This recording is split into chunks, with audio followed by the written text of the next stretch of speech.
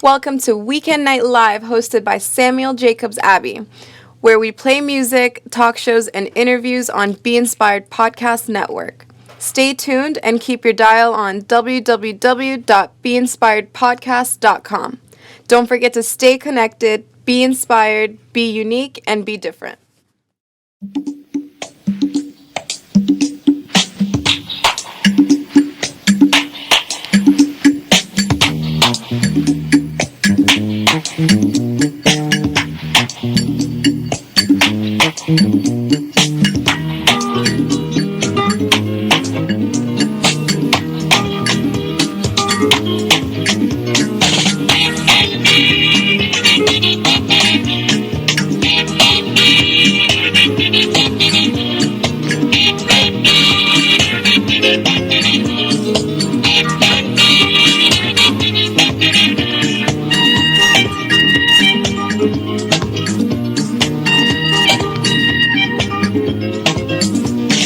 Wamaya, Wamaya, don't you? Wamaya, Wamaya, don't you? Wamaya, Wamaya, don't you? Wamaya, Wamaya, don't you?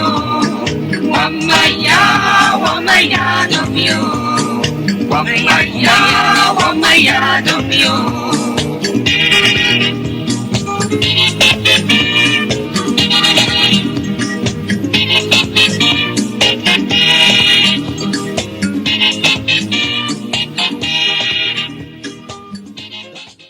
Thanks so much, Mercy, and greetings to everyone on the line.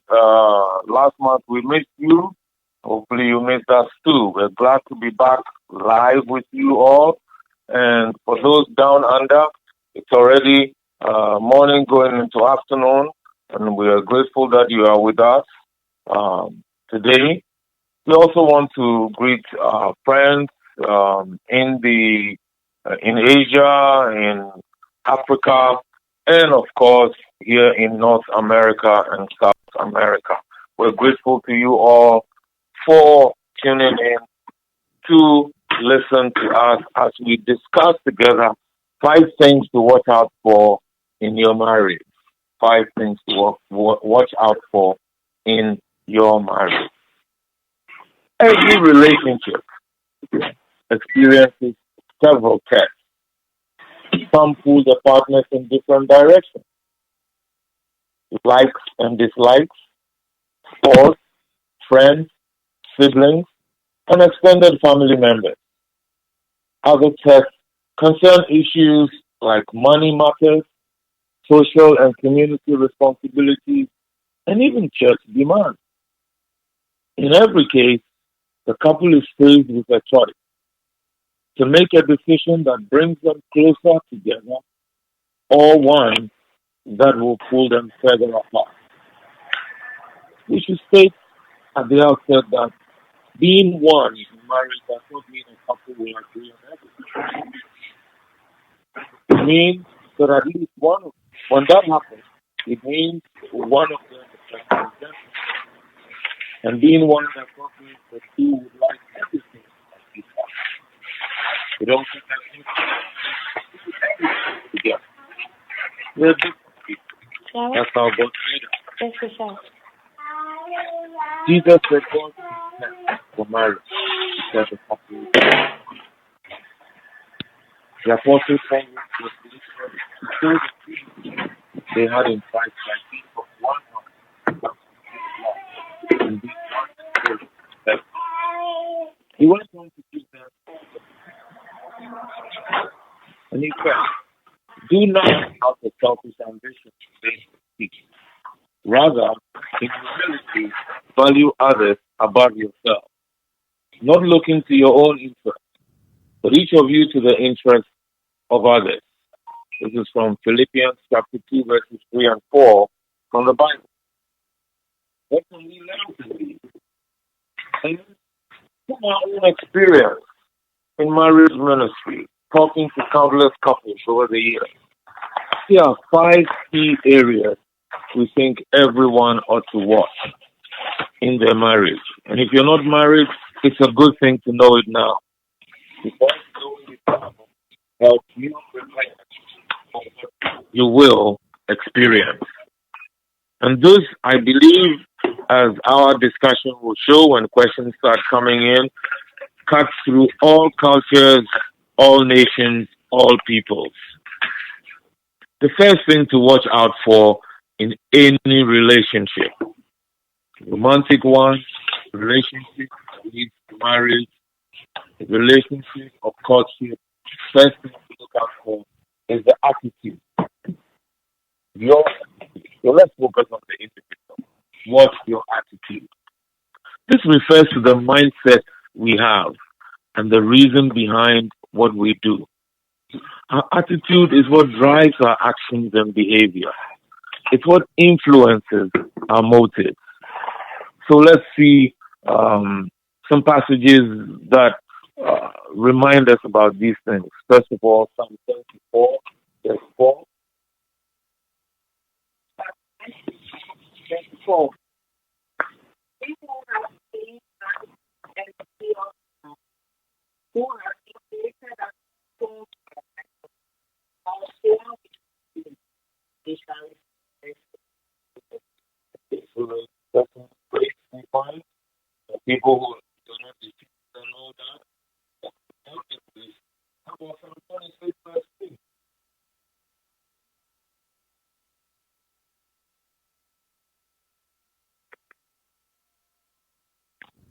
How about Psalm 26, verse 2?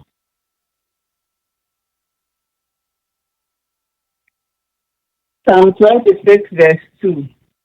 Examine me, O Lord, and prove me. Try my mind and my heart.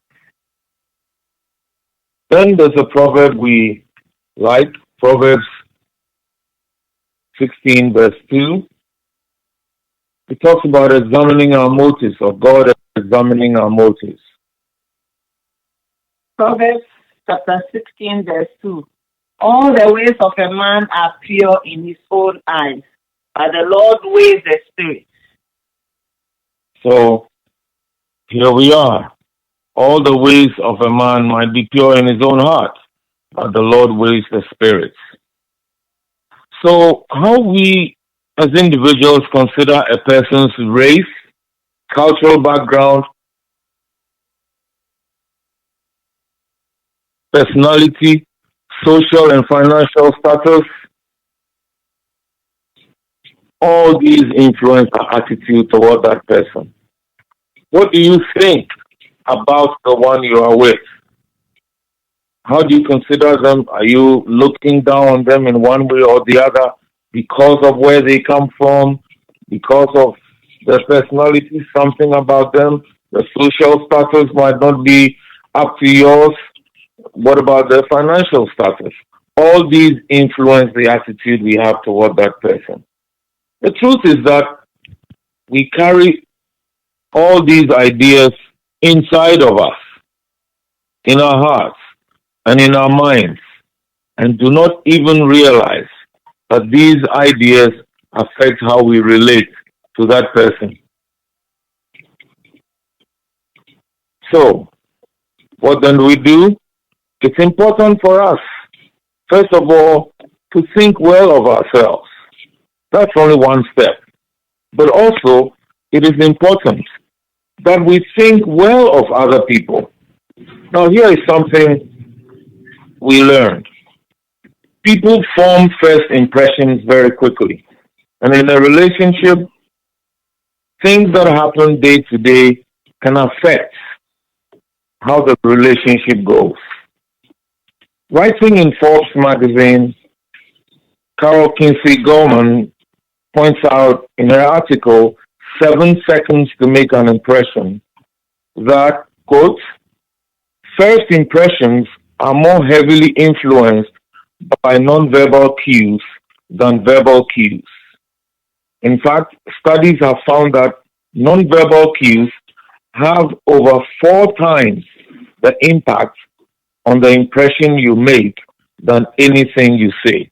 In other words, what you are portraying to the person, and that's where attitude shows a lot, that actually conveys 4 times what you're portraying than what you're actually telling them. It means that the attitude we portray tells people who we are more than what we say. So the question is, what are you telling your spouse? What are you telling your partner? What are you telling your friends by your attitude toward them? While it takes only 7 seconds to form a first impression, it is very difficult to change that impression. But all is not lost. One writer notes that, quote, repeated small interactions build trust fastest. I'll take it again, end quote. Repeated small interactions build trust fastest, end quote. A Harvard study revealed that it typically takes 8 subsequent positive encounters to change another person's negative opinion of you.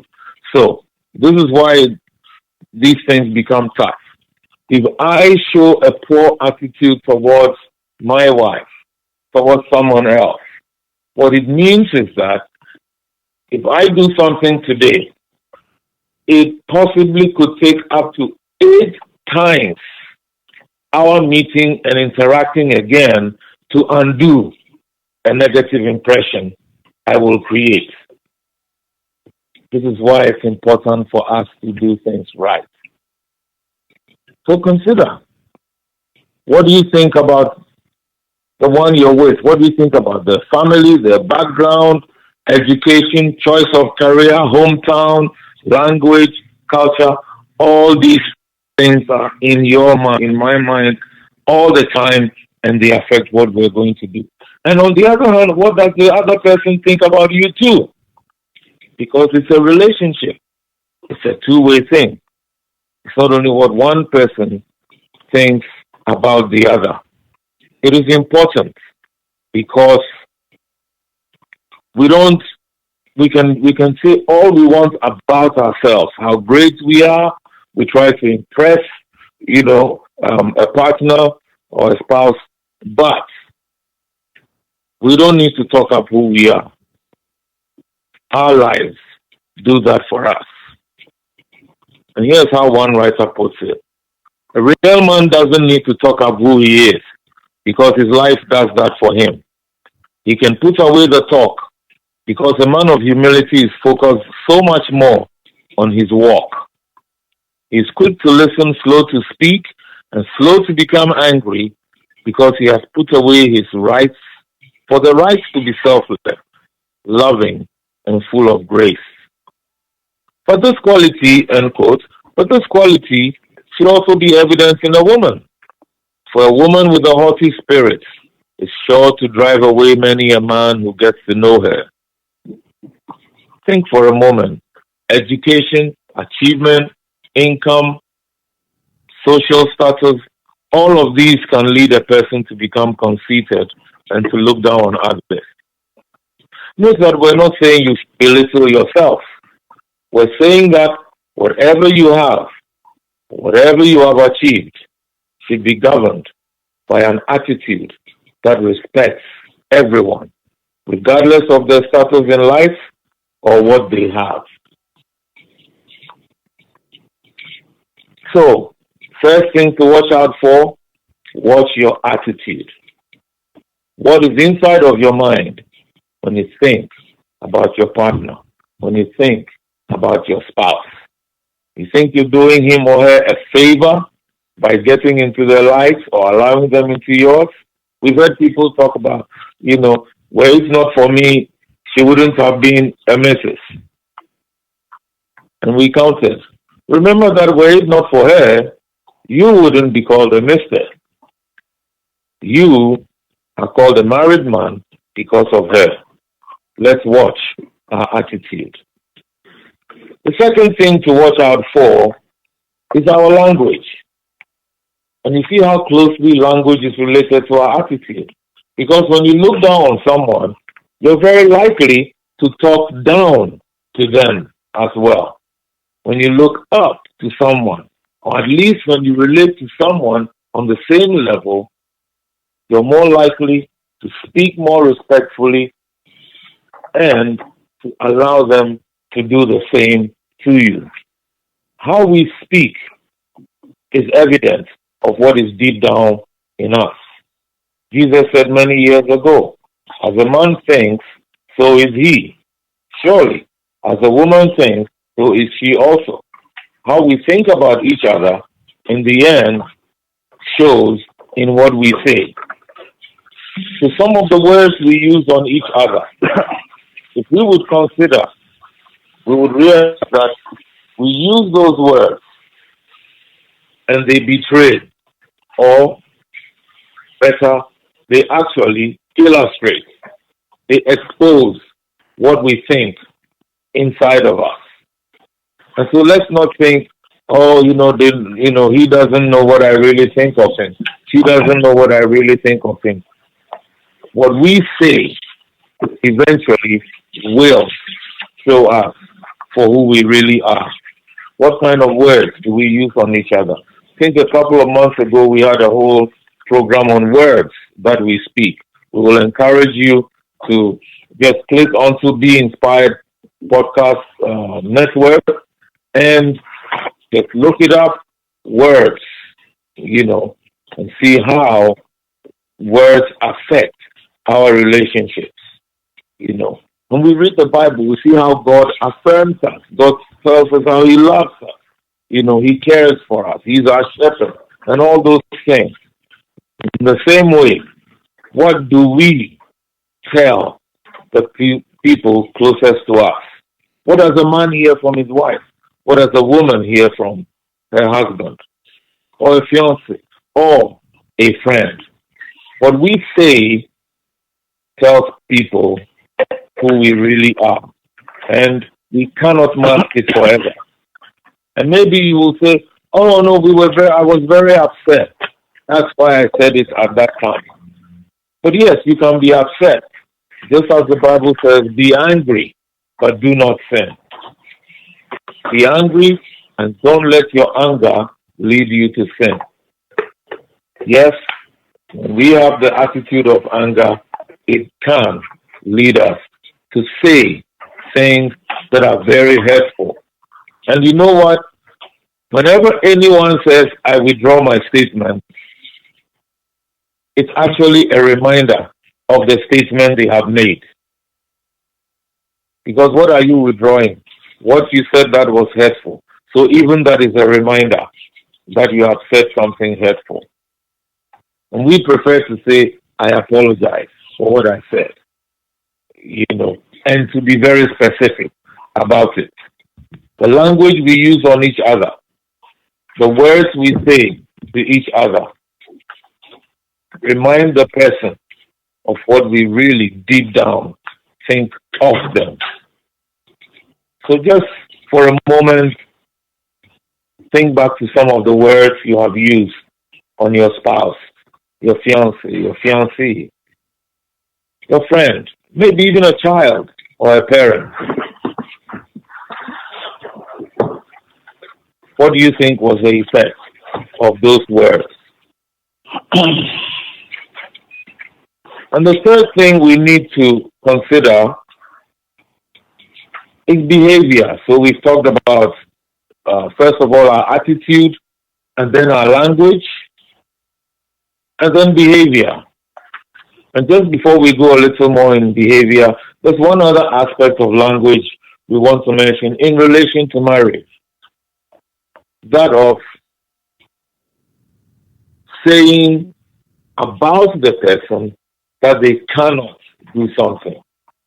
Sometimes we meet with couples, who are going through, working through certain problems, and somewhere in the discussion, one of them will say, oh, you don't know my husband. He will never change. And we stop right at that point, and we ask the question, so why are you talking to us? You have decided the person will never change. See, that's the attitude. So what's the language? You are saying it. And if you are saying the person will not change, what do you think is going to happen? And what do you think you will do even when the person takes certain steps towards bringing about the change. So let's watch our language. You never do this. You always do this. You have never. You have always left what those phrases. She will never change. She will not. He will not. That's your language. So why do you expect something different? There are many cultures in which there is a phrase, words are life. So let's watch the life, the kind of life we're speaking into our relationship. You speak death into your relationship, do not be surprised it's dying. If you think your husband will never change, why do you expect something else? Years ago, there's a TV program, Mind Your Language. We all need to mind our language because they have deep, often long-lasting effects on people's lives and on relationships. So we have attitude, we have language. The third thing to watch out for is our behavior. Our behavior. Couples often focus on each other's actions and behavior. He did this, so I did that. So we react and respond to what we see and hear. But more important, it is what causes us to act or behave a certain way that we should be more concerned about. See, if we're not concerned about what causes the actions, it's like treating the symptoms of a disease without finding out or understanding why it attacks the patient. And while our attitude refers to what is inside of us, behavior is external. The Bible says the Lord does not look at the things people look at. People look at the outward appearance, the Lord looks at the heart. Yes, He sees what's inside, and so He already knows what's going to be on the outside. Naturally, we're prone to take care of ourselves before considering others. It's not bad in itself, and it's a necessary instinct for survival. But marriage involves not one, but two people, each with peculiar reasons for getting married. If either person perceives their goal or goals to the neglect of the spouse, that is a recipe for problems that will undermine the oneness that should exist between them. How then can we ensure that we achieve our goals, plans, and desires? What do we do when our goals or desires seem to conflict with those of the person we would like to marry? It helps to seek godly counsel to help shape our goals and desires. In the Psalms, the very first Psalm actually, Psalm 1, 1 to 3, reminds us.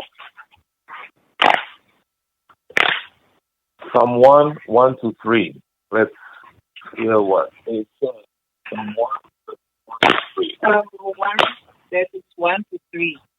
Blessed is the man who walks not in the counsel of ungodly, nor stands in the path of sinners, nor sits in the seat of the scornful, but his delight in the law of the Lord, and in his law he meditates day and night.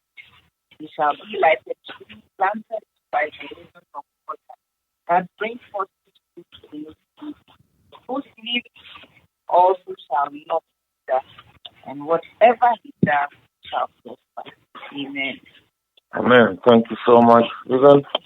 So, we want to be blessed in our relationships. In whose counsel are we walking? Who are you talking to? Where are you drawing your information or advice, for living, for behaving the way you do? Who do you walk with? Who's influencing you? Or maybe we don't think others are influencing us. But if all the company we keep talk negative about spouses, what do you think is going to happen to you? If you're a woman and you meet with other women and all you often talk about is how terrible the men are, and all these married men, and they're like, all the negatives you can think of. What begins to take over your mind? Perhaps my husband too is like that. And then, how do you begin behaving toward him? Negative, of course, because all men are bad. That's what you've heard over and over again. Same for men. Women these days, this like that, that begins to fill your mind. Yes, like we said, it's going to affect your attitude. You're hearing the language of people. Before long, it's becoming your language also.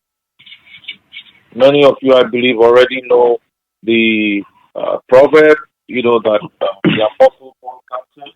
First Corinthians 15, verses 33, that's 15, 1, 5, 3, 3. Says, be careful, but good character. Our behavior is affected by those we associate with.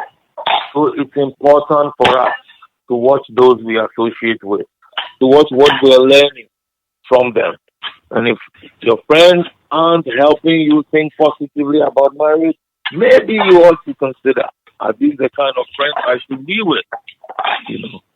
But coming just to it in the relationship. See, question: how does the person behave toward you? How about toward other people?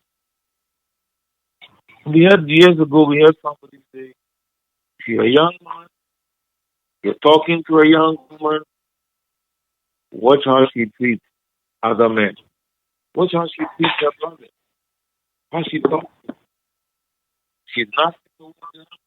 Chances are your episode is wrong.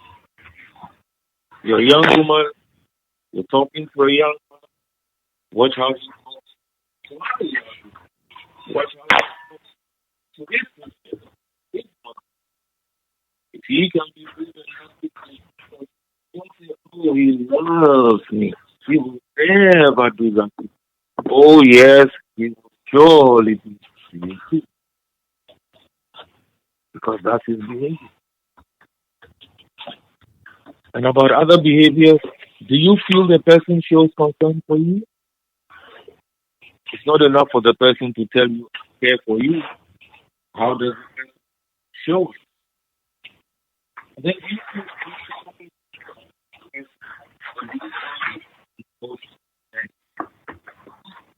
carried on with that.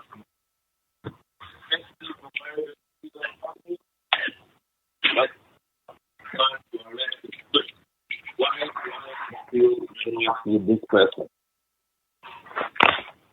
Relationship now, romantic, becoming more serious, just ask yourself, why can't I feel free in this person's presence?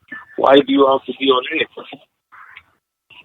And for those who say, oh, I'm very nice, he's trying to excuse me or whatever, well, sorry, he doesn't talk about it. When is he going to start talking? When is he going to start talking? If he's not talking now, you think after marriage she'll talk?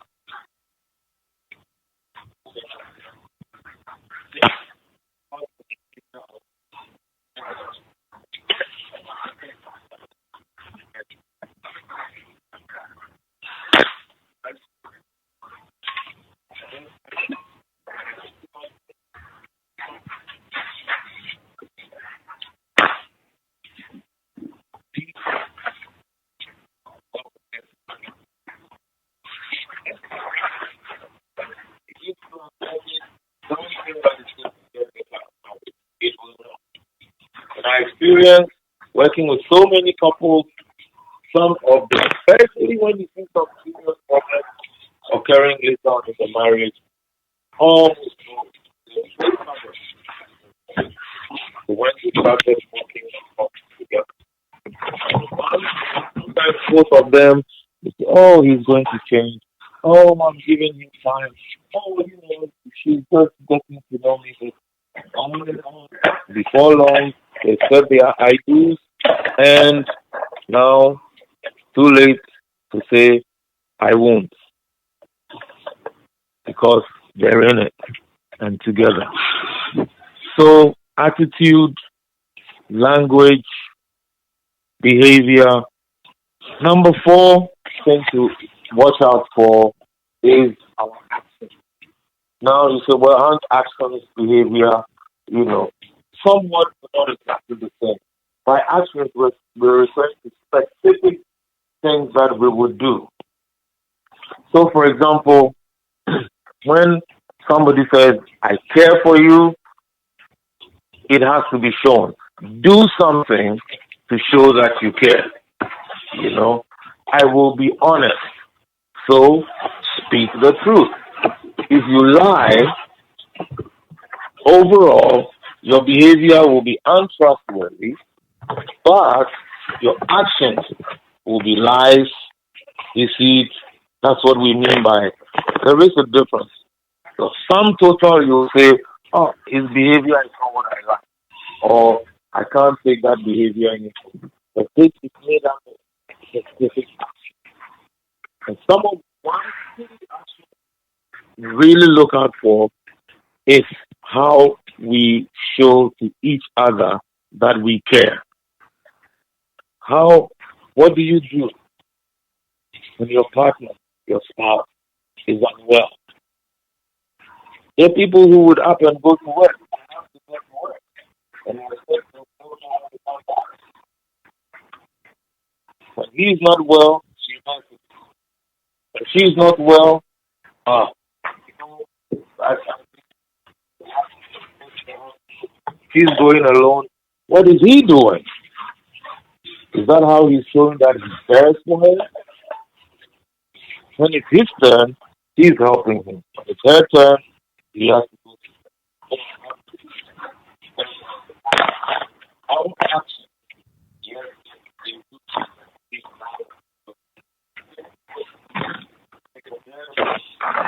variation we were told because your action and speaking so loudly, I can't hear what you are saying. Your action speaking so loud, I can't hear what you are saying. What are your actions telling your spouse? You know, the right now for the road to the head is the ear. The road to the head is the ear. For a relationship to thrive, each partner needs to learn to listen and to decipher the groan, the laughter, the sighs, the complaints, and also the work that is needed to meet the expressed needs of the other. And friends, the closer we get to someone, the easier it should be. Note we're saying the easier it should be. Because for some people, they like to hide who they really are in the hope that they won't lose the person they are with, especially if it's not yet married. But we should know each other to the extent that we can sometimes anticipate each other's needs. How we do that is by observing and recognizing the faintest indication of hurt, joy, or indifference. Can you imagine you're telling somebody something wonderful that happened to you, and 1 minute, no sound, nothing, no indication, but 2 minutes, 3 minutes, would you continue talking? Or would you say, wait, are you listening? Usually that's what we say. The moment you hear the phrase, are you listening? That means the person is beginning to feel maybe you're not listening. So you're going to, wait, why are you saying that? Here are a few things to think about in relation to listening. And hopefully somebody will be blessed by this today. Good listeners listen with the eye. Some people prefer you to look at them. Show me that you're interested in what I'm saying. Good listeners don't breach a trust because you're listening to me and for me, not to go tell other people. Good listeners take time before they even offer advice. See, when we're quick to begin to fix what's happening, and yes, For us men, we have that orientation. The moment you hear something from the woman, oh yeah, how about trying it this way? Sometimes all the person needs is for you to listen to her. And it happens for men too. We've talked with men who say, only my wife will listen to me. And sometimes, but many times, our closest friends, our spouses, all they want is to have somebody who will listen to them. As someone said, if you are not making yourself available to listen to me as my husband, who should I talk to? If you are not making yourself available for me to listen to me, who should I talk to as my wife? You want me to talk to another woman? No, I'm not. Then why aren't you listening to your husband? Why aren't you listening to your wife? Good listeners provide feedback because they're listening. They don't simply react. They listen and are able to provide feedback to encourage communication. They ask questions to clarify. They don't conclude simply on the basis of what they've heard. And good listeners show their gratitude by also being able to confide in the person who confides in them. It's reciprocal. If I'm confiding in my wife, why doesn't she confide in me too? We are in this journey, in this relationship together. So think of certain actions that you do that are not helping your relationship. Maybe your partner has already mentioned it. Think of certain actions that you do that are harming your marriage. Maybe your spouse has already spoken to you about it. Or maybe you need to take time out tonight or sometime in the coming week to just ask each other and find out, how are we doing in this marriage? How are we doing in this relationship? And just listen. It's an action you will never regret. Because at the very least, you will know what is happening in your spouse's life, in your partner's life. So we have attitude, we have language, we have behavior, we have specific action. And before we leave action, think also about what you are not doing. Because it's not only what we do, sometimes it's what we don't do, our inaction, that creates the problem. So let's think about what we're not doing that would be able to make our relationship better. Our fifth thing to watch out for is time. Time. So we went through attitude, we've got language, we've got behavior, we've got action, and now time. But what about time? Well, here is one fact. One research study found that on average, married couples spend about an hour a day with each other. The total is about 8 hours a week. However, married people who are cheating on their spouses spend 15 hours a week with a person with whom they're cheating. Almost double. And you're wondering, they're even having to hide and they still find double the number of hours? Yes, they are. So, 8 hours for married and keeping together, and 15 hours for those who are cheating. Do the math. Is it any wonder that those who are cheating would be going on and the marriage will be suffering? Just think about this. During courtship, couples tend to think they need more time together. In fact, you didn't just think of yourselves, those of you who are married. We always wish we had more time, and there seems never to be enough time. If you visited each other, it's already time, soon. And sometimes you said goodbye. Even sometimes on the phone, you would say goodbye like 3, 4 times, and you go off first. Oh, yeah, you go, but no, I'm waiting for you. And then, okay, bye. Yeah, I love you. And it seemed that's supposed to be enough time. You couldn't wait to see each other again, or even to talk on the phone, or even text, or FaceTime, whatever it is you've been using. However, many couples forget that they must make time to service their marriage, to keep their marriage alive. Indeed, some underestimate how much time they would need to cultivate the marital relationship.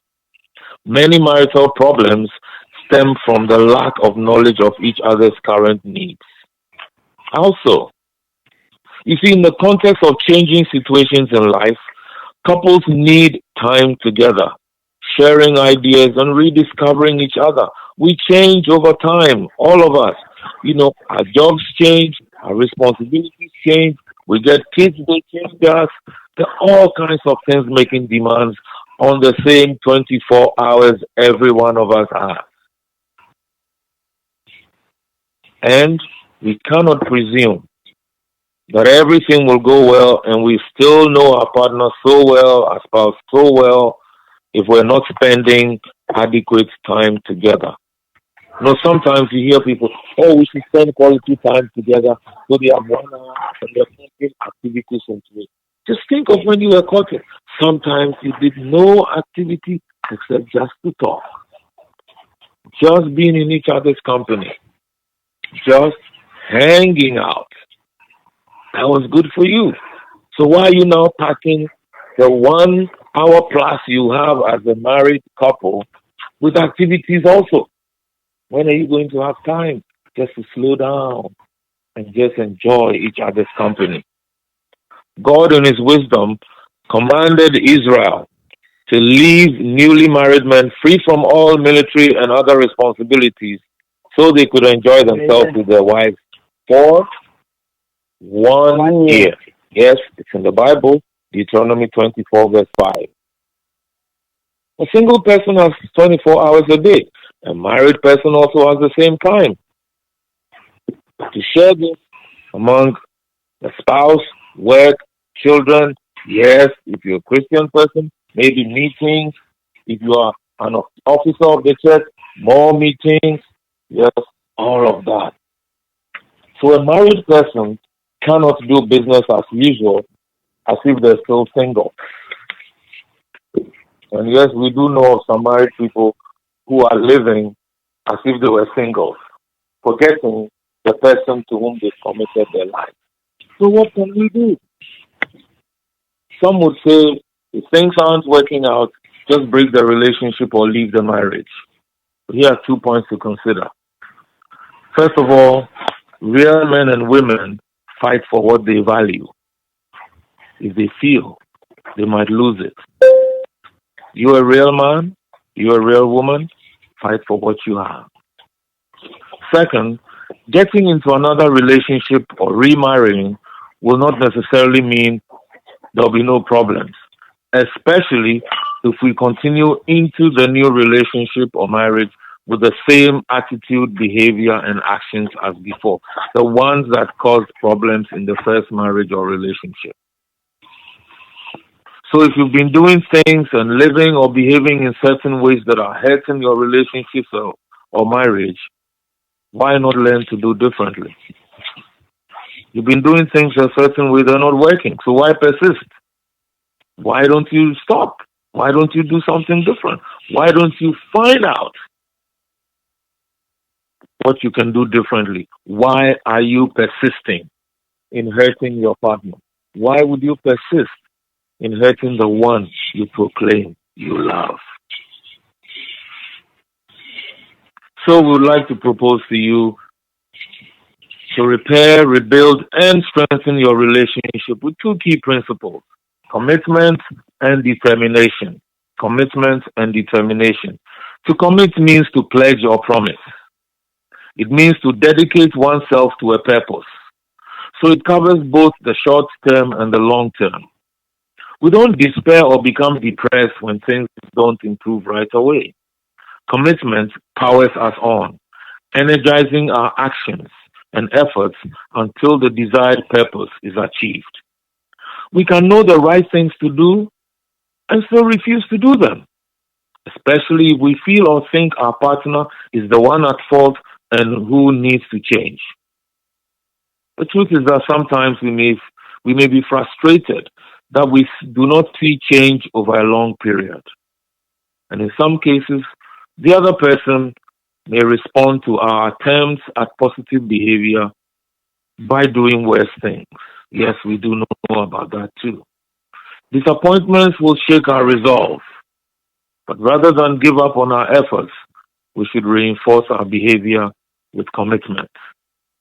For the Christian, we start first with our commitment to God, who gave us the example in Jesus Christ, who gave himself up for us while we were still sinners. Not when we were of good behavior, while we were still sinners. Even when our backs were turned on him, he showed his love for us. Found in the book of Romans, chapter 5, verse 8. And then we commit our role in the relationship into God's hands. So we start with God. And then we commit our role in the relationship into God's hands. Proverbs 4:23 tells us because springs of life flow from it. We need God's help to do that. Proverbs 4:23. Proverbs 4:23. Keep your heart with all diligence, for out of it spring the issues of life. Amen. That's important. And please add verse 24. Verse 24. Put away from you a deceitful mouth, and put perverse lips far from you. Amen. Amen. Deceitful mouth, lying, dishonest, perverse, dirty language, bad news for relationships. We put away, relationships will heal and grow stronger. And the third thing is we commit the relationship itself to God's hands. So first is ourselves and then the relationship into God's hands, asking for his wisdom, guidance, and strength. The truth of the matter is that without God's help, it is sometimes very difficult to succeed.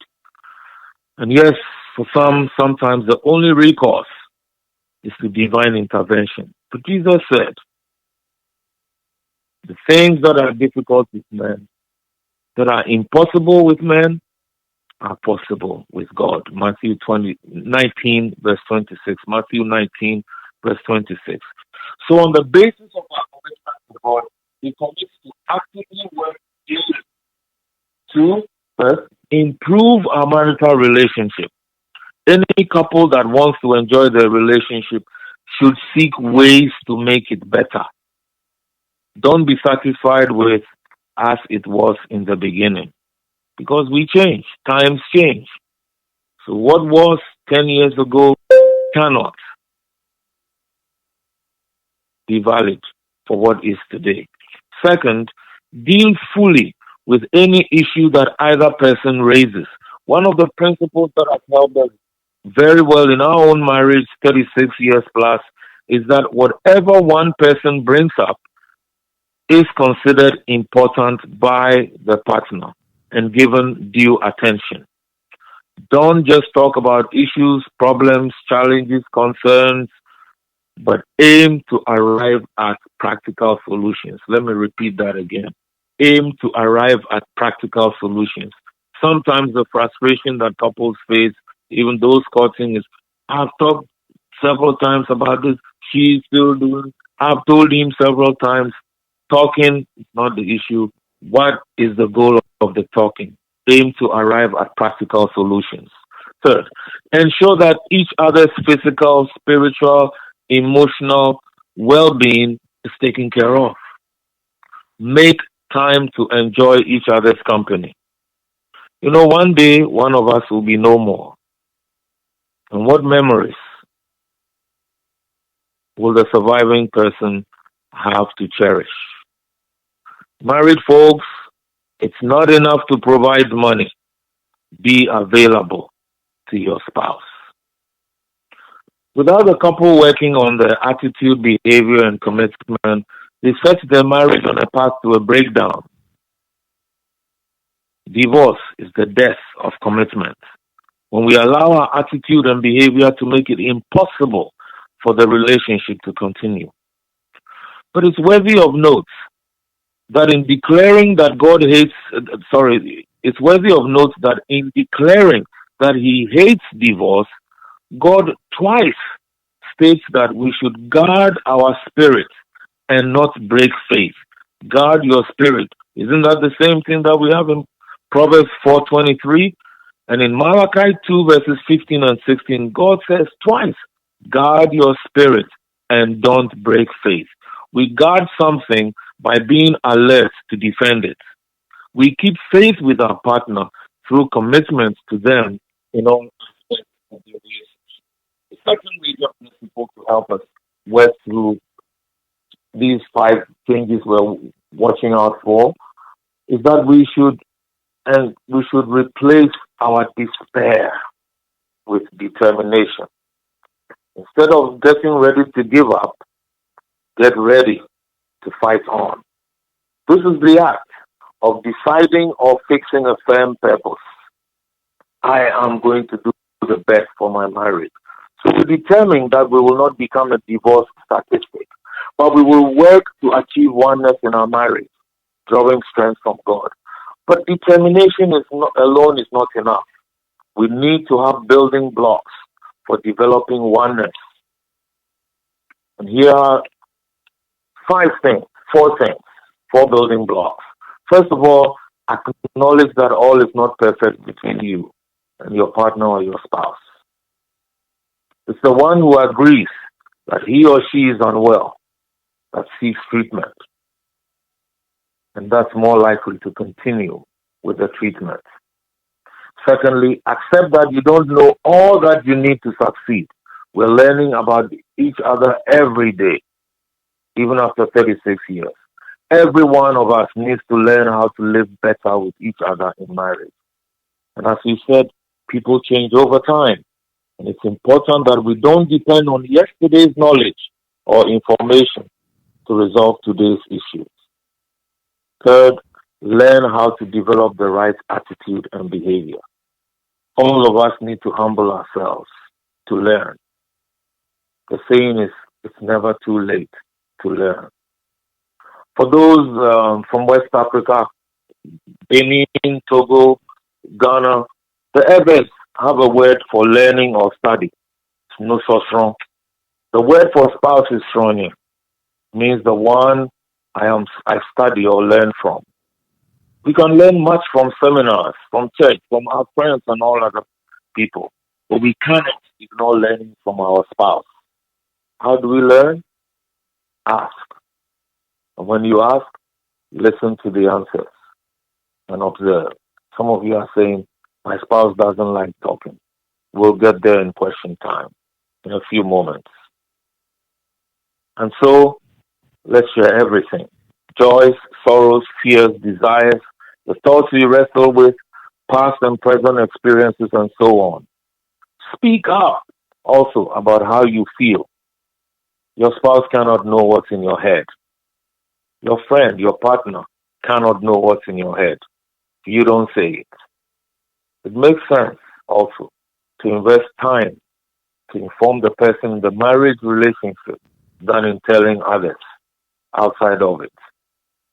And remember that what you learn is as important as who and where you learn from.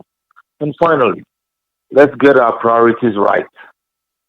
Everyone has the time to do things that they consider important. That's our priorities. So make time for your relationship. Make time for your marriage. Couples should learn to place their marriage above their jobs. And yes, for those of us involved in church, even above obligations to the church. When your marriage suffers, the same church people will be pointing fingers at you. Invest in your marriage. A married person's priority relationships, we think, should be God first, spouse second, children third, yes, children after spouse, not before. And then all others we can begin to fit in. So set a time daily or weekly to service your marriage, just the two of you. or your relationship. Start now, you'll take it into marriage. Could be 15 minutes talk or walk or sitting together, you know, just making time to listen to each other. We're saying 15 minutes, 1 5. You'll be surprised at how much you can share within 15 minutes. And then for some, maybe a day trip somewhere. And as a friend shared with us, convert ordinary time to love time by being together. For married people, whether it's bathing together, eating together, helping in the kitchen, dressing the children together, shopping together, playing together, all these revive the marriage relationship. And learn to say no to other demands and distractions simply because you're married and have to make time to be with your spouse and family. Every yes you say outside of your relationship is time that will be taken away from that relationship. And so sometimes the reason we seem to be the only ones doing all the work is that we may be blocking others from having the opportunity. And to set boundaries for yourself. This concerns who and how you associate with. Watch what you share with them, what you say to them, or allow them to say to you, and what you do with them. Ask yourself, would I be happy with my partner or spouse engaging in the same actions and behavior with others? And apply and practice what you learn. Few things frustrate people more than to voice their ideas and desires only to have them ignored. Let's model the right behavior. You want your spouse to behave a certain way, why don't you show them by how you behave? And then, don't give up. Don't let any setbacks discourage you. Remember, that's when we draw on our commitment to each other and God's help. Time for questions. Okay. Alrighty. All right. So there are tons of questions that have come in. The first question that I have here, it's actually coming from Ohio, Springfield, Ohio, and it says that you talked about making time for each other. My husband works in Washington D.C. and we live in Ohio, so he's always on the run. The only moment we have to spend for ourselves is just about a day. I have complained many times and I've asked that either he relocates or I don't mind we relocating to uh, Washington D.C. area with him, but he doesn't like the idea. What will be your advice and how can we overcome such a challenge? We have a 2-year-old daughter. Thank you. So yours is what we will classify now as a long distance marriage. And um, what you haven't said is why he doesn't want you to relocate, with your daughter to join him in Washington, D.C. So that's a conversation to be had. And that might give you some pointers. Without having any more information to go on, it's difficult to say, do this or do that. But we would say, find out why doesn't he want you to relocate? Is it what? I mean, we don't want to make any suggestions, but we think that's the best thing to do. Just find out from him why he doesn't want you to relocate. Thank you.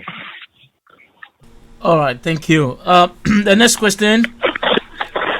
This is coming from Kenya, and it says that before we got married, my boyfriend then, who is now my husband, kept putting pressure on me for us to have sex, but I stood on my ground and we never did.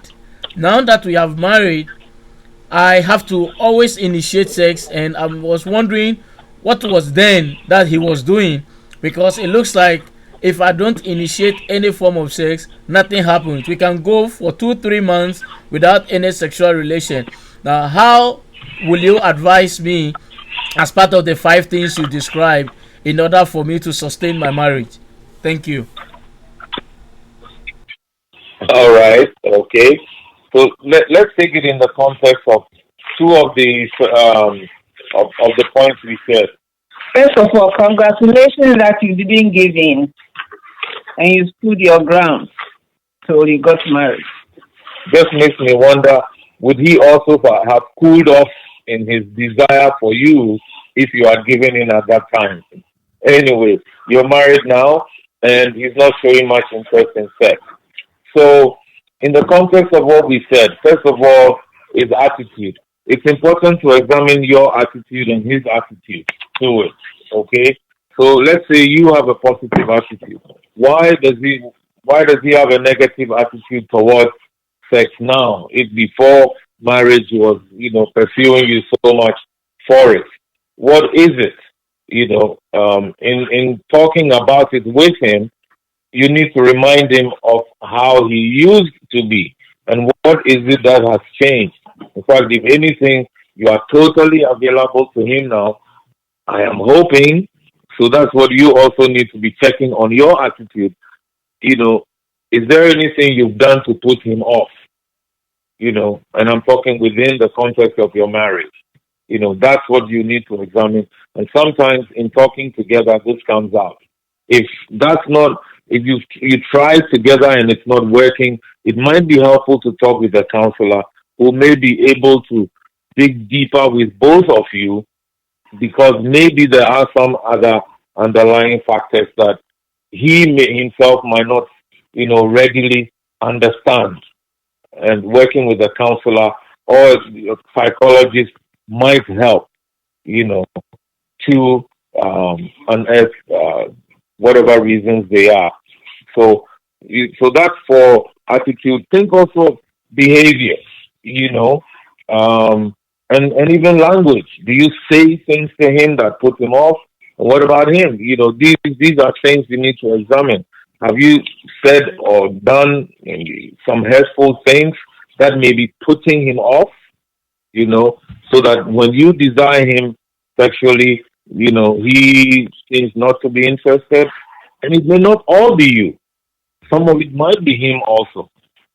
So this is why talking with him about it, and if you're not making headway, enlisting the help of a psychologist or a counselor, could very well help to unravel what is happening, so you can enjoy your sex life, with your husband, and for him also to desire you, you know, more readily as you would like to happen.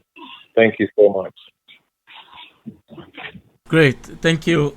This one is from the city of Woodbridge in Virginia, and it says that talking about attitude, Mr. Crab, you should wait until you see my husband. My husband have attitude problem. Attitude, the word attitude, I can't even describe it. My husband, when he opens up his mouth, he says anything he wants to say with me to me, and he has no regrets. And yet he turns around within a short period of time to tell me how much he loves and appreciates me. Do you think something psychologically wrong with him, or does he need to be evaluated? Thank you. Well, this is a tough one, but again, this we we really, really, really hope you'll be able to talk with each other. This is the sad part of marriage relationships, especially when both are not fully invested in it. So we hope that even playing this back and listening together with um, a spouse, because it could be a woman who is also doing this. So let's take it both ways. But in the specific to the specific question, you know, um, people behave in certain ways sometimes because it's learned behavior, and some people, have behaved in certain ways for years. Getting married does not automatically change it, and it's important, you know, not just bringing it to the person's attention, but getting someone to work with the person also And in this case, with both, the couple, both of you, does he need to be evaluated? Maybe, a psychologist could help. But it's not just being evaluated, because being evaluated and diagnosed is only one part of the issue. What will he do? What will you do to help him become a better person so that his attitude will be positive rather than an attitude of attitude, as you were describing it? This is not an easy thing to live with, and it can help also in sometimes being specific about some of the things he does when the attitude shows up. Like you said, some of the language. So, for example, you know, with someone who was in a similar situation, one of the things we said was, okay, so if she says all these nasty things to you or does these nasty things and then turns around to say loving things, that's when you need to call their attention to it.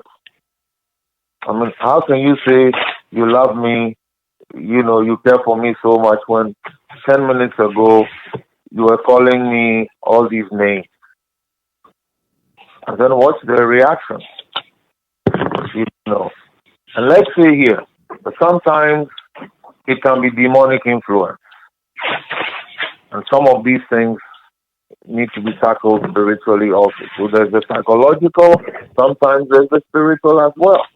Sometimes it's a simple bad behavior that when the person understands the effect it's having on the partner, that person will act differently.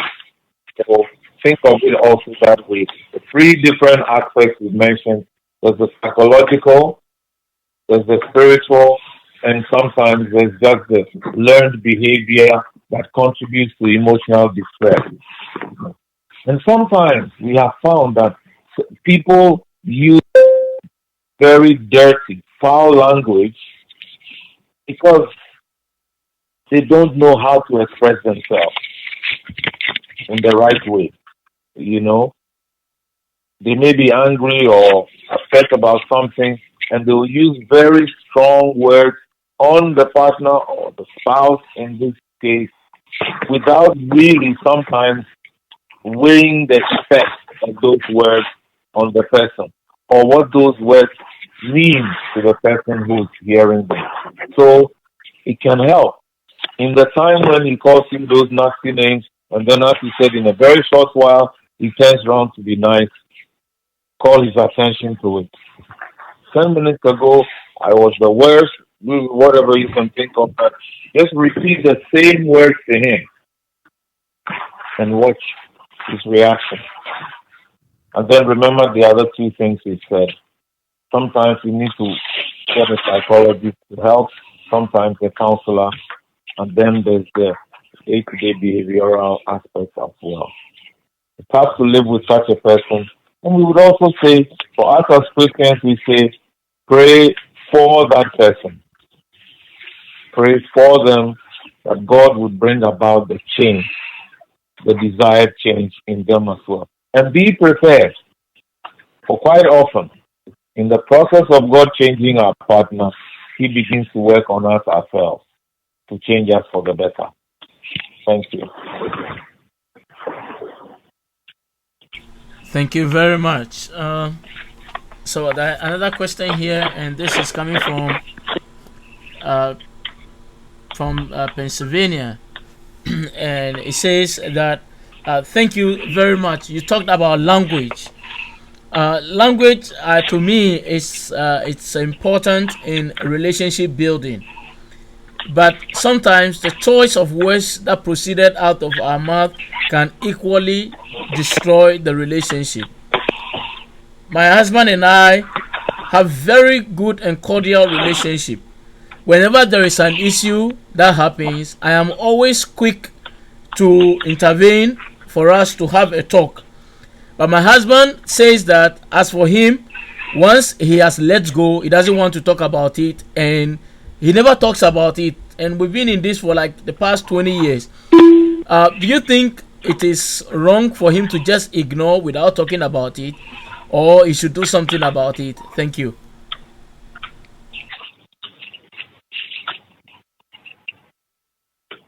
You sort of answered the question yourself that it's wrong for him not to talk about it.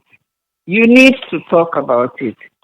Maybe you need to ask him why does he not want to talk about it? Because if he doesn't talk about it and he keeps repeating himself, the problem comes up. Then you need to talk about it. So ask him why he doesn't want to talk about it. And if he still insists, maybe you need to talk to someone else who can call both of you and talk to you.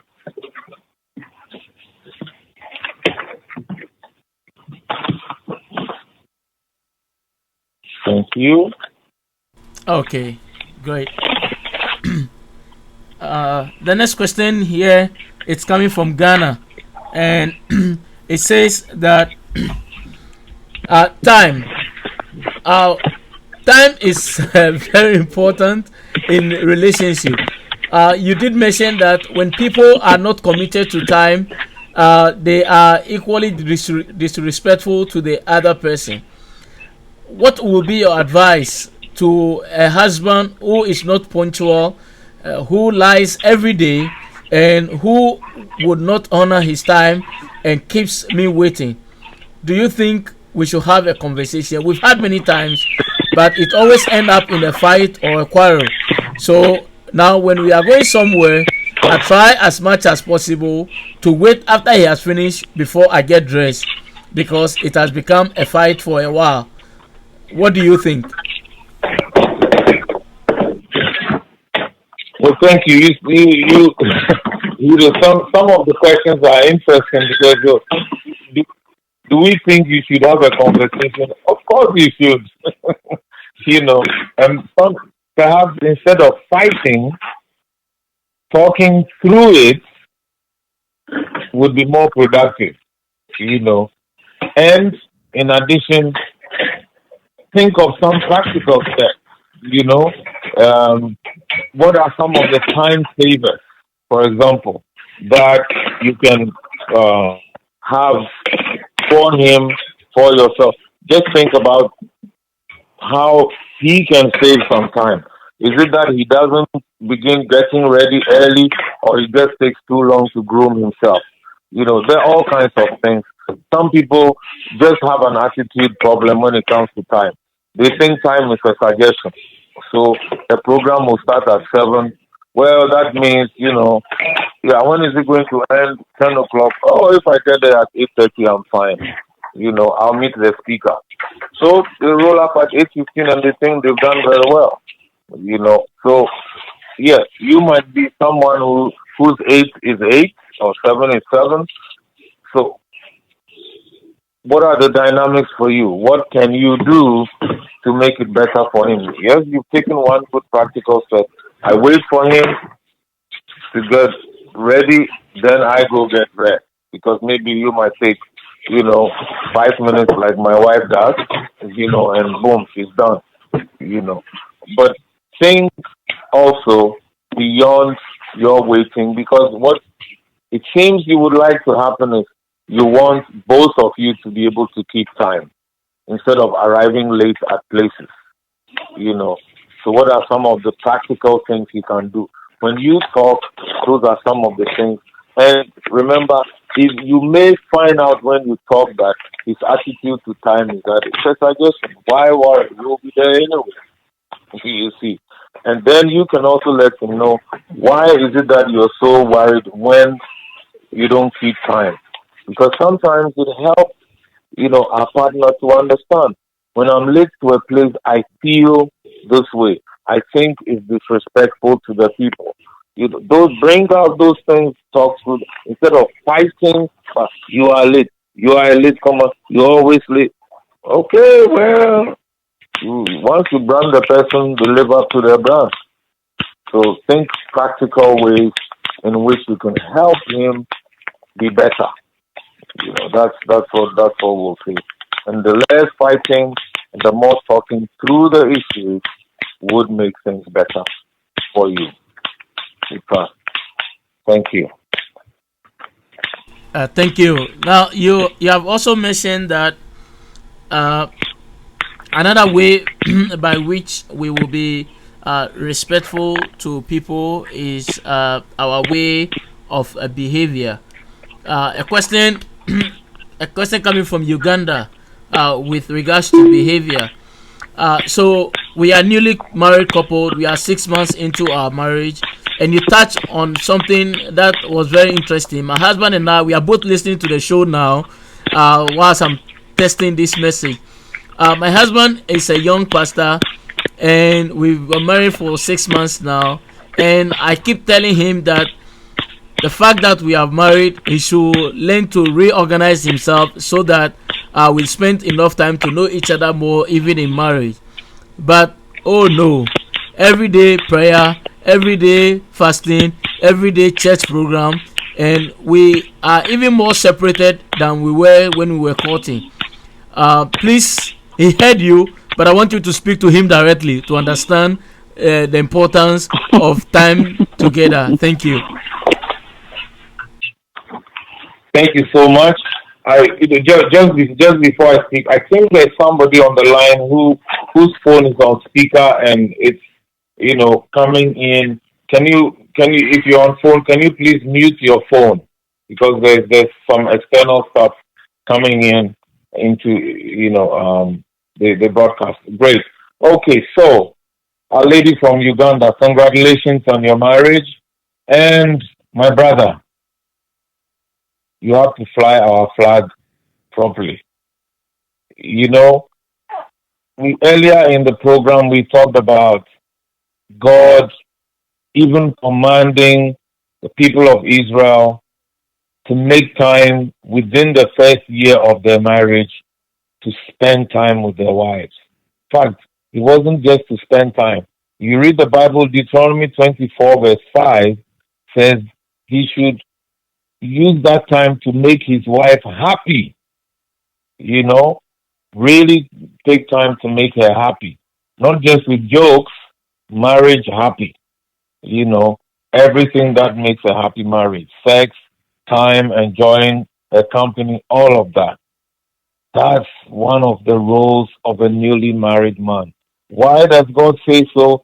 Because it will lay the foundation for the rest of the marriage. So, my brother, you have pledged to this woman that she will be above all other women. You know, if you said your vows in church, chances are that you said, and forsaking all other. So, all other means all other.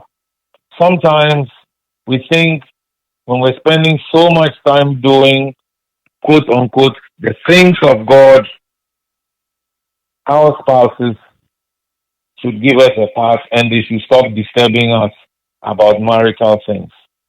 But you didn't marry her to make her miserable. You married her because you wanted to spend the rest of your life with her. So why are you not making the time now? And what if she also began spending time away from you? Yes, we can fast. Yes, we can go to church.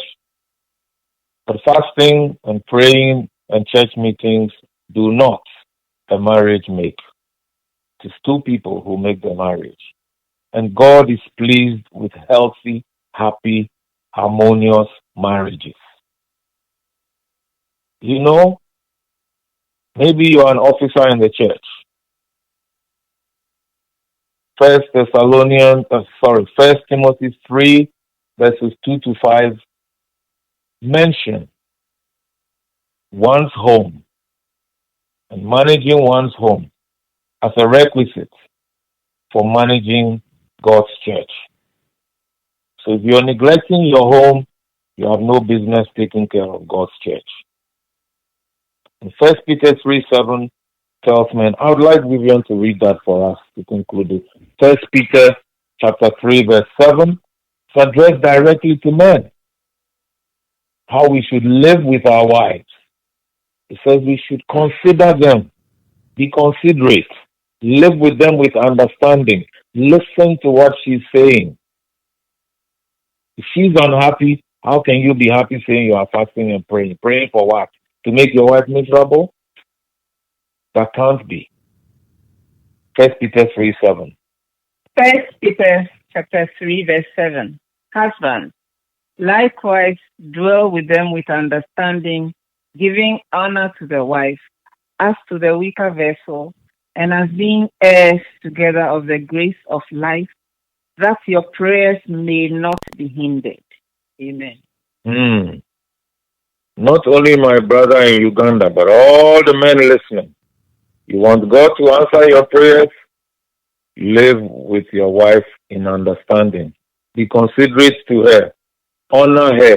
You cannot honor your wife by spending time with other women. Yes, that includes the people in church that you go and pray with. So make time for your wife. God will honor you. Your prayers will be answered. You won't need to fast plenty. Small fast with her supporting you is going to be mighty prayers answered. God bless you. Enjoy your marriage and fly high the flag of good married men. God bless your marriage in Uganda. Thank you, Sammy. All right, thank you. So let's go to West Africa, country of Sierra Leone, and from Sierra Leone, it says that mine probably may just be a contribution. I am a Muslim. My husband is a Christian. It is often said that a Christian cannot marry a Muslim and vice versa. We've been married for 34 years now. We are very happy. We raised our children both in the Christian and in the Islamic faith. We have no problem with that. But when we started our relationship, almost everyone around us was against our relationship, particularly the Christian family. But 34 years down the lane, we are most happiest people on the planet. Uh, do you think that other young people who may be listening to this show and be having similar challenges, what will be your advice for them? Thank you.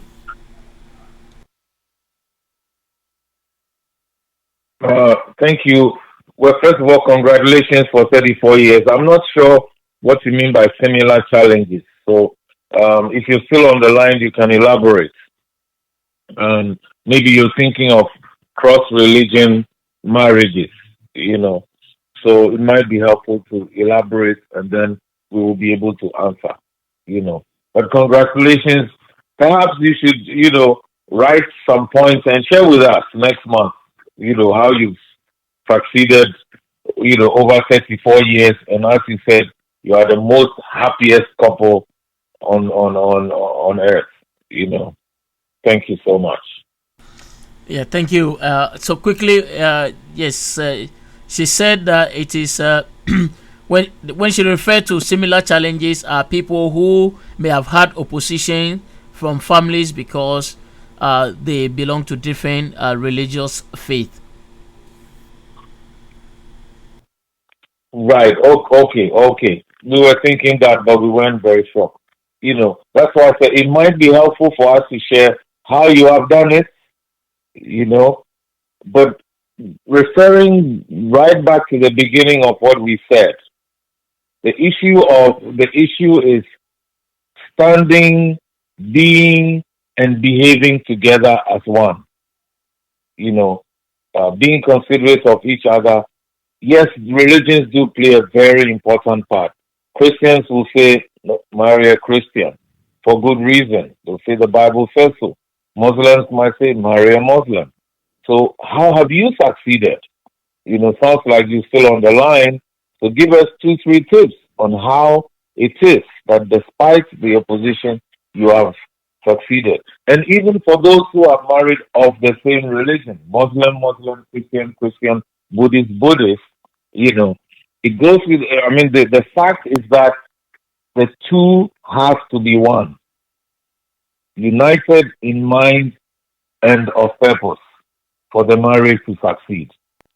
And especially when there is opposition from outside of you, if the two of you are not one, your marriage will suffer. Your relationship will suffer.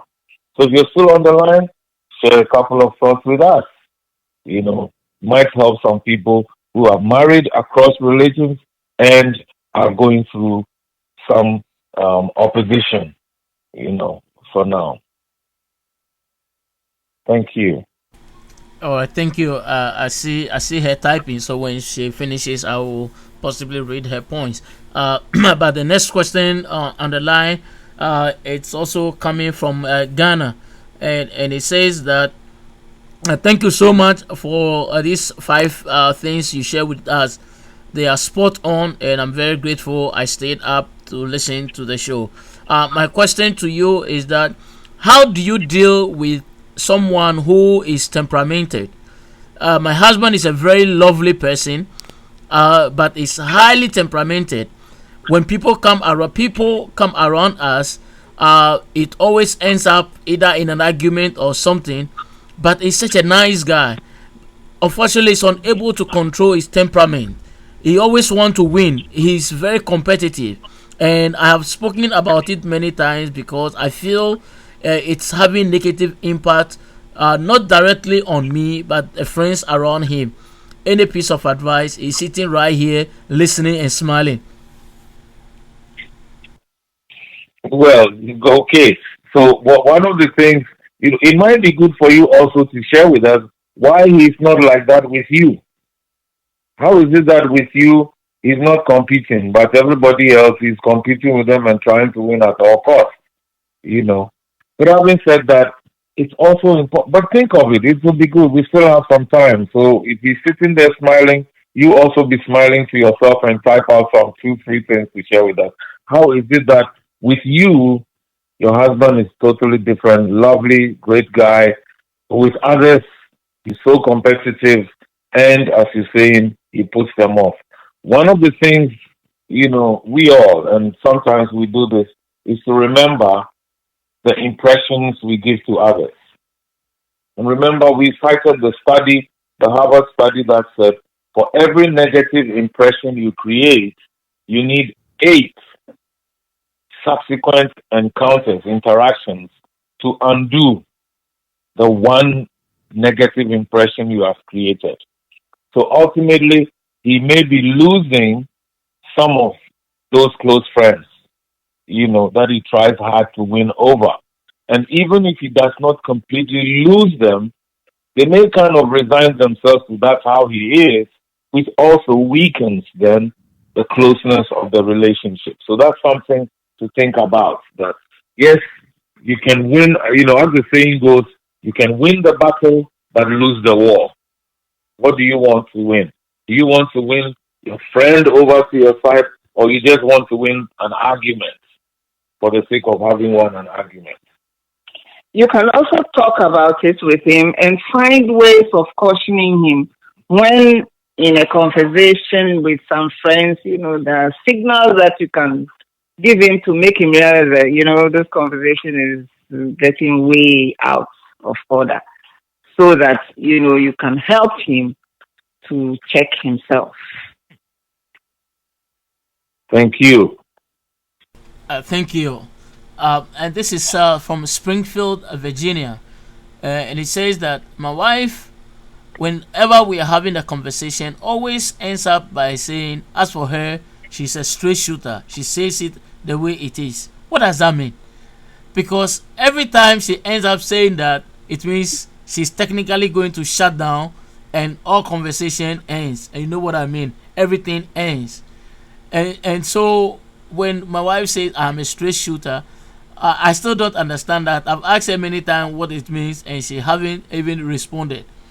Do you have an idea? Since Mrs. Crabbe is there, maybe she understands the word straight shooter.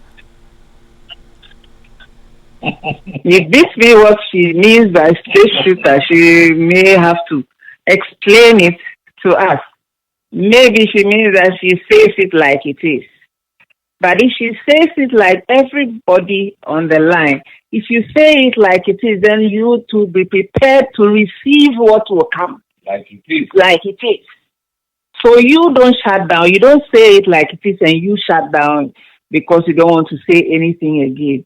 It is a two-way thing. We both need to talk about it. But first, she needs to explain to you, or maybe to us, what she means by a straight shooter. I'm guessing right now, but maybe she'll have to explain to us. Thank you. All right, thank you. So get her to shoot straight.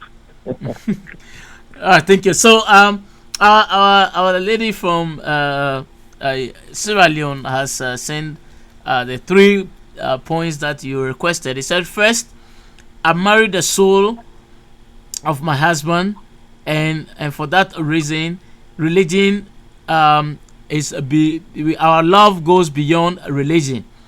Religion is good. It energizes our faith and our connection with God, but it has nothing to do with the love that I have for my husband.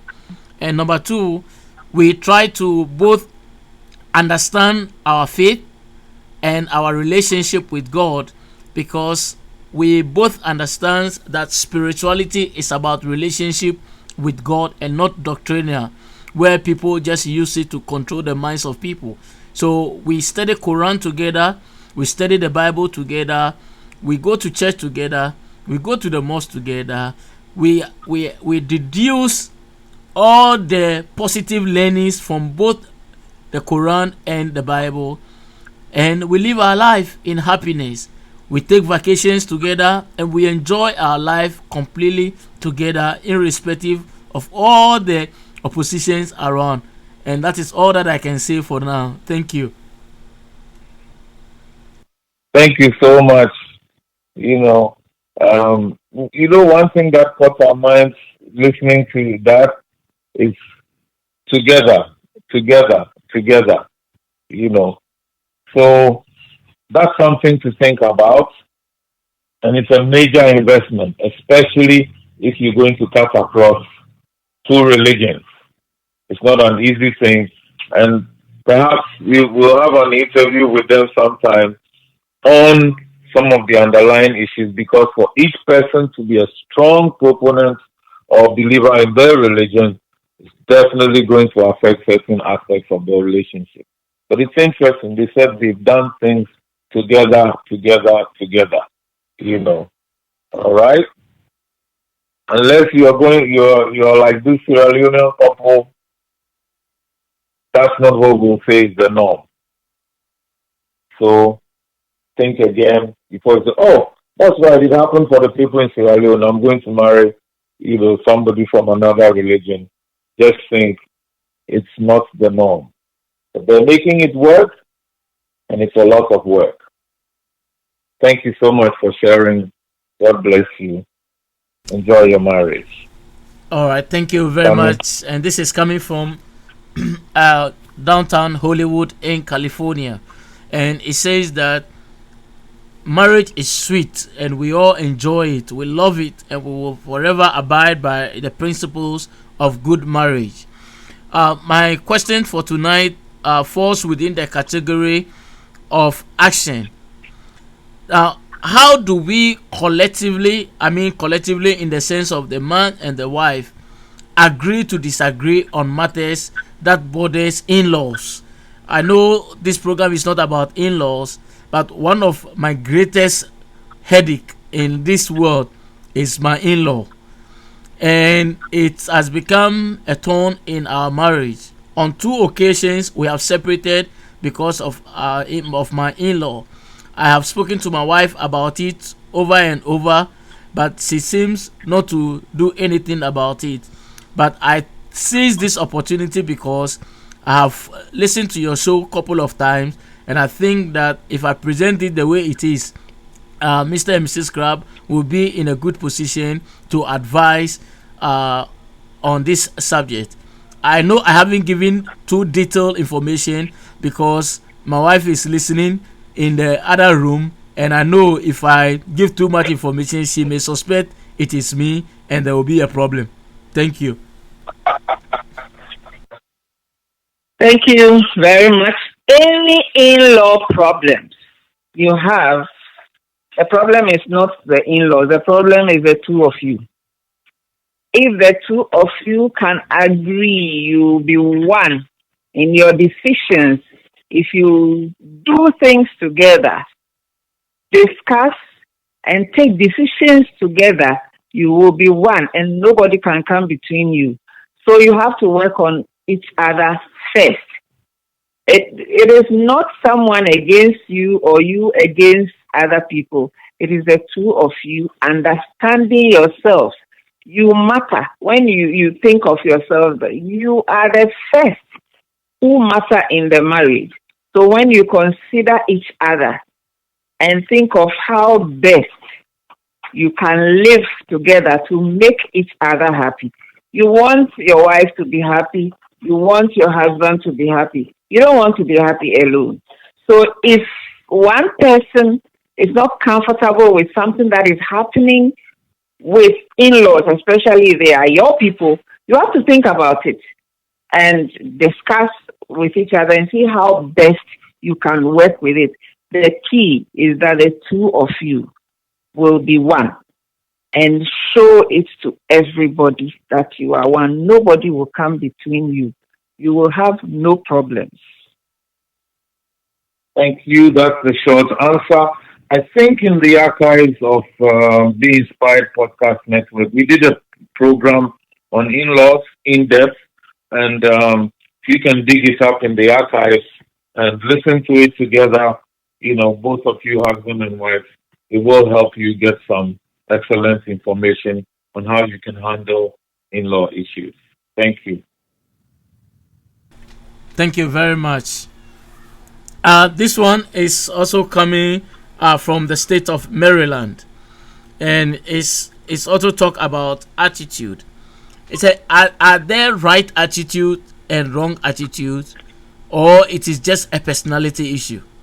Thank you.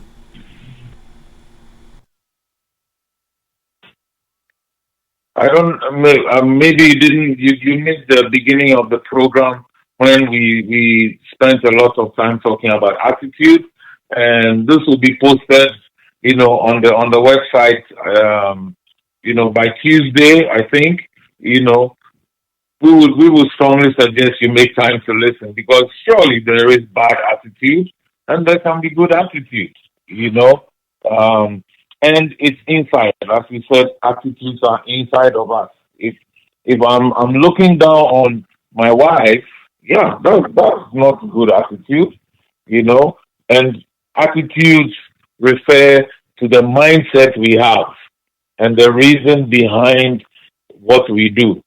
So yes, there can be very bad reasons for what we do, hence bad attitude. There can be very good, um, thinking mindset behind what we do. That's good attitude. So yes, there can be bad attitude. Perhaps you're mistaking attitude for the slang. He's showing me attitude, but that means the behavior, which is formed from what is inside of the person's mind. Which, and if it's negative, it's negative. It's bad. So yes, there can be bad attitude and there can be good attitude, not in the slang form, but in what attitude really means.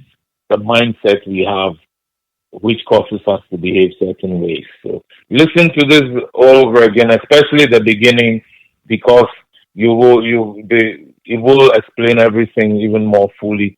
And there are examples that will help you understand that yes, I can do things which will show what attitude I have. Thank you. Thank you. I have one more question here. I think that's the last but one question on my end, and this one is coming from the city of Manassas, and it says that my husband and I, when we got married, we were doing everything together. Along the way, I don't know what happened. Maybe I blame myself for not being too strong a woman to demand uh, transparency from the beginning. But suddenly, my husband, we used to have a joint account. Suddenly, my husband now have a separate account outside of our joint account. My name were on every property we have. Suddenly, he bought a new car. My name is not on the car. Is there a concern here? or it's just normal.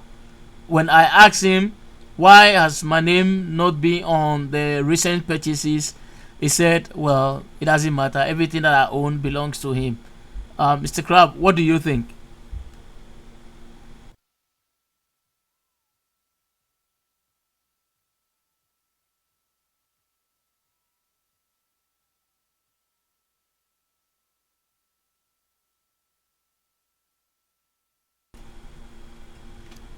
Mr. Crab, you there?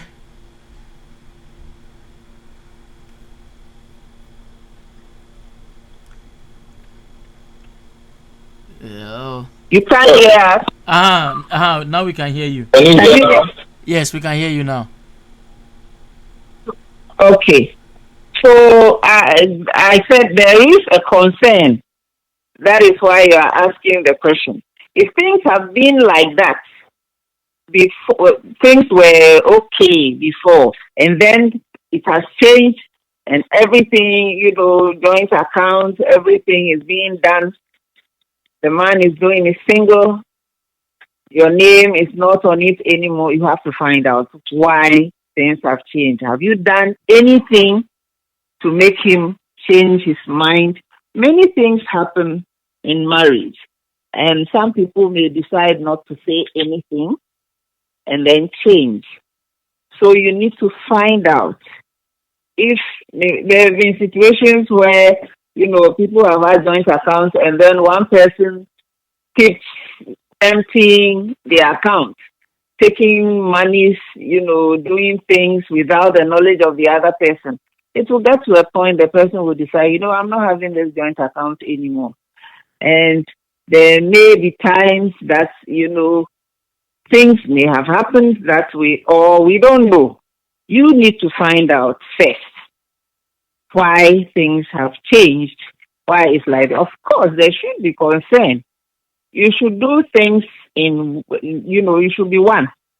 So if it has changed, you need to find out and talk it over with him, whether it's your wife, whether it's your husband, whoever is going through such a thing. You need to talk it over and bring things back to normal. All the whole sense she asked Mr. Crab. You've heard from Mrs. Crab. I agree 100% with her. And take it from there. And we will also say, pray for God's wisdom to be able to deal with this effectively. It's not a matter of, oh, don't worry, everything is I have is yours. So why isn't my name on it then? How do I know everything is mine when your name is on it? Why is it, if everything is yours, then your name should be on all of them, maybe not his name at all. How about that too? If everything is yours, why is it his name then and not yours on all without his name? That's another way to look at it. So thank you very much. I mean, you have one more, you said? Yes, I have one more, which that will be our last question from our end, and it says that Okay. I want to direct this question directly to Mrs. Crab. Mrs. Crab, what will you do in an event where you got married, thinking you know your man so well, and then it turns out that your man is a womanizer? You see him hide and chase women all the time. You've talked about it many times. You've woken him up in the morning or at dawn and discussed the matter. You've shown him text messages as evidence of things that you've read on his phone, and yet nothing changes. You've spoken to your pastor about it, you talk to counselors about it, and nothing changes. Yet you don't believe in divorce. What should you do? Thank you very much. Okay. If the situation is like this, bluntly, I'll tell you, your husband is demon possessed. If he is doing such things and he can't stop, there's something underneath. You need to pray for him. He needs deliverance. Seriously, he needs deliverance. Begin to pray for him yourself. Pray seriously for him. It's not the small prayers. Seriously pray for wake up at midnight, declare good things on him. Pray for him all the time. Anoint everything in the house. where he sits, where he sleeps. He needs to be delivered. And, continue to pray until this demon gets out of him and he stops. Why will he have a wife and then he's even not, he's hiding and doing the things. It's to everybody on this line, those who get text messages from their girlfriends and all that and delete the messages so that the wives don't see it. Those who hide, who don't want their wives or husbands to get their passwords, and they are exchanging all kinds of illicit messages with people, the Lord will find you out at some time. Pray for your husband and, declare good, lay hands on him sometimes. Declare good things on him. If you want to lay hands on him and he's angry with you, there is a problem. If he doesn't have a problem, he shouldn't have a problem with his wife praying for him. So pray for him. And apart from just reporting to your pastor, go further. He needs to be delivered. He needs prayers to be delivered from this. The women will only destroy him. They will bring nothing good to him. So pray for him. Use Genesis chapter 2, verse 24. Genesis chapter 2, verse 24 says, therefore, a man shall leave his father and mother and cleave to his wife, and the two shall become one flesh. Use the Genesis 2:24. You took a vow before God and man, and God said, whatever, Jesus said, whatever God has joined together, let no man put asunder. These women want to put your marriage asunder. You will not take it like that. Pray them all out. Pray the women all out of his life. Whatever they are doing to deceive him, pray that his eyes will be open. His eyes are shut. That's why he's behaving this way. Pray that God will take the foolishness out of him. Any man who is doing this and thinking he's wise, you are being stupid. You are being foolish to be chasing other women and hiding it from your wife and trying to be smart. And, you think that you are very smart. Those women are ruining your life. They are not doing any good to you. They will only ruin your life. So be wise. And you need to pray for your husband to be wise and change from this kind of behavior. That is what I can tell you. Thank you so much. And two Bible verses I want to add to this. First of all, Jeremiah 32, verse 27. This is for all who may be sometime, and it happens for all of us. Things aren't working the way we want. It may not be, husband or wife cheating, but things may not be going well the way we want, and you feel down. God reminded the people of Israel through his prophet Jeremiah. And these are the words, Jeremiah 32, verse 27. Behold, I am the Lord, the God of all flesh. Is there anything too hard for me? In other words, God is tough. Nothing that we ever have to face is too hard for him. Some of you might say, oh, that was the Old Testament. Well, hear what Jesus also said, and speaking to his disciples. When they were perplexed and thought no one could be saved, Jesus looked at them and said to them, Matthew chapter 19, verse 26, the Gospel. Matthew 19, 1, 9, 26, 2, 6. Matthew 19, 26. Jesus looked at them and said to them, with men, this is impossible, but with God, all things, not some things, all things are possible. Our prayer with you as we sign off is that whatever things, all things that you face, all things that we face are possible to be resolved. With God's help, we will win. We will succeed. We will enjoy our relationships and our marriages to his glory. Thank you all. God bless you. And we will be with you again next month, God willing. So for those of you enjoying summer, enjoy it. Some people are in winter now. Enjoy it too.